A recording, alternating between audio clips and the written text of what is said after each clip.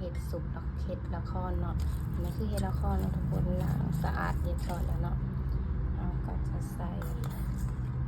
ข้าวคั่วเนาะเอาง่าลงไปแล้วนะ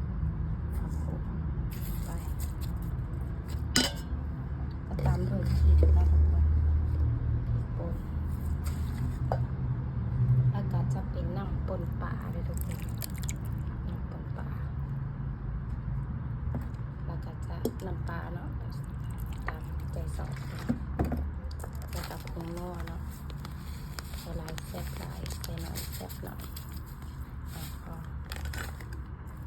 แล้วก็คลุกให้เข้ากันนะทุกคนถ้ามีหอยเซอรี่หรือหอยขมหอยจุกใส่ได้นะทุกคนแต่ขาดไม่ได้คือน้ำป่นปลาเลยทุกคนตามด้วยหอมเนาะใส่ลงไป